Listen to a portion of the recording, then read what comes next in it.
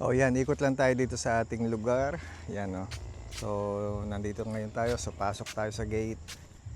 Ayan. At doon kami ng wife ko nag-set up ng almusal. O, yun o, nandun pa rin siya ngayon. Ito yung inarkila kong pick-up truck sa kaibigan namin dito. Ayun. Itong mangga na to, malamang mamunga na this summer season. May mga bulaklak na siya. So ayan, diyan kami nag-set up ng wife ko. Ito yung backyard. Ayan, malapit ng tiklupin namin itong canopy na to kasi next week uwi na kami. Alright, ito yung lugar namin. Ito ang aming pinaka dirty kitchen sa likuran. Ito, yan, naglaba tayo. Yan, nilaban na natin yan, isasampay na lang. Ito yung poso, manual na tubig poso. Yan, ito yung side, dito ilalagay yung garage. Yan. Ito, hindi pa natatapos yung likuran at saka yung mga sides at front. So, balak namin itong darating na summer makapagpagawa ulit. Ito, meron tayong puno ng kawayan dito. Alam ko sa lote pa yata namin yan, sa Kuparin. At nagtanim kami ngayon ng guyabano. 6 yatang puno yan. Isang lansones. At ano pa ba? 2 kalamansi. At isang puno ng Bangkok na santol. Itong santol na to, amin pa rin to, tanim ng father ko to. Yan, nasa looban pa rin namin yan. Yung papaya na yun, oh, hitik na hitik sa bunga. Ito, may puno kami dito ng dalandan. Namumunga na kaso, pailan-ilan pa lang. At puno ng malunggay. Ang daming puno ng sili rito. Siguro mga 10, pero wala kaming masyadong inabot na bunga. Hindi ko malaman kung sinong nanguha. So, yan, 2 puno ito ng mangga.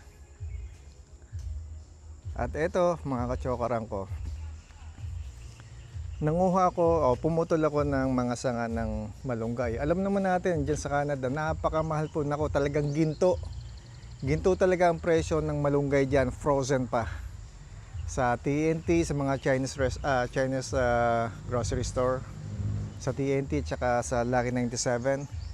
Pagkakamahal nito, kaya minsan nga tinitipid mo lang sarili mo, hindi ka nila kumakain ng ganyan dahil nga parang naiinis ka sa presyo nila. Siyempre, hindi naman talaga yung tanim doon. In-import lang naman talaga nila yun, so okay lang. Kaya minsan, hindi na kami kumakain ng malunggay. Pero ngayon, magbabaon tayo ng malunggay papunta sa Canada. Idadry natin to para hindi siya mag-mold. And then pagdating doon, i-freezer naman. Yan po yung malunggay. Ito, may puno kami ng kakao. Yan. Puno ng kape. At may 2 pa kaming puno ng coconut. Kinukuha na namin ng buko yan kapag kami dumarating dito. At yung isang puno nandun pa rin. Nandun pa yung isa. So, what else? So, itong likuran na to, ipapamower lang namin. Kapag tumaas to, hanggang bewang yung damo. And then, konting patambak na lang siguro dito sa likod. Ayun, yung isang renter doon ay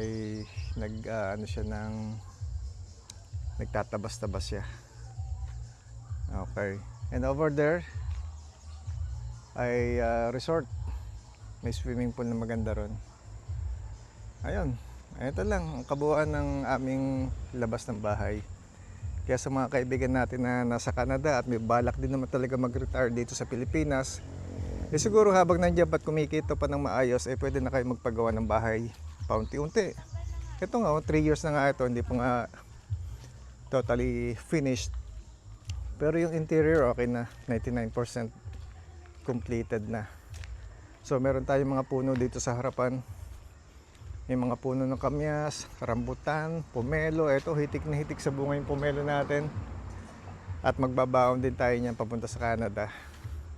At pasalubong natin sa mga friends natin. May guava tree Ano pa ba? Ayun. Ito siyempre, si Mama Mary, meron tayo ditong grotto. Pinagawa natin last year to. So yan, tumutubo na rin yung mga halaman na itinanim.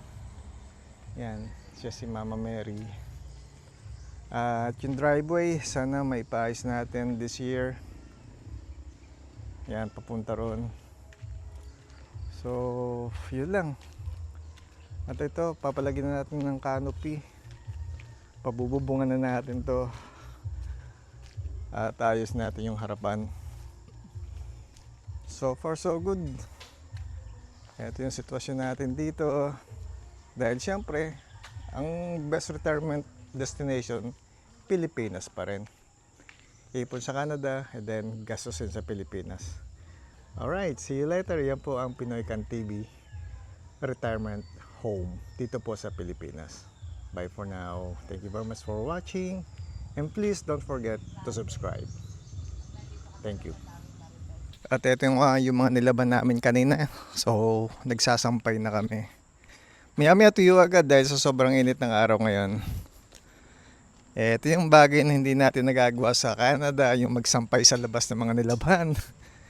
Kaya ito, enjoy din lang. Maya-maya tuyo agad to. Okay guys, mga kachokaran ko, ang ginagawa natin ngayon ay ito. I-squeeze natin itong mga, or pipigain natin itong ating mga dalandan na bigay ng pinsan ko. Kasi hindi na natin makakain to isa-isa. Bukas aalis na kami. So ang gagawin na lang natin, ito, gagawin na lang natin juice. Purong juice to. Ayan. Oh, sorry. Ito yung dalandan juice na purong-puro. Hindi na po natin kayang ubusin eh. So mabubulok lang at saka medyo hinog na. Pero yung iba doon, babaw na natin. Makakalusot naman yun, makakarating naman ng Canada yon. Ayan. Maghapon namin iinumin to. Ayan. Ito ang dalandan juice na purong-puro 101%. Ito, pakita ko yung iba pa rito. Ang dami kasi eh. Ito pa yan, oh. Ayan.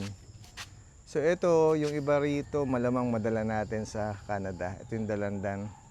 Napakatamis niyan. So, ito nga, dami na nating na-squeeze na dalandan. Marami to, siguro, baka mga 50 na to eh. At ang dami na nating na-produce na juice. Okay, ako sarap na itong inumin. Ito yung maghapon nating inumin. Okay. Ayos to.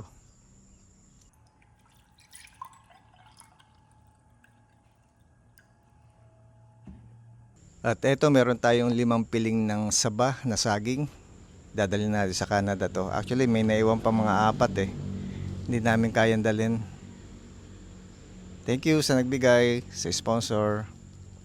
Yung may 15 years of stay in Canada, ito yung bagay na hindi natin nagawa doon. Ni minsan hindi natin nagawa ito sa Canada.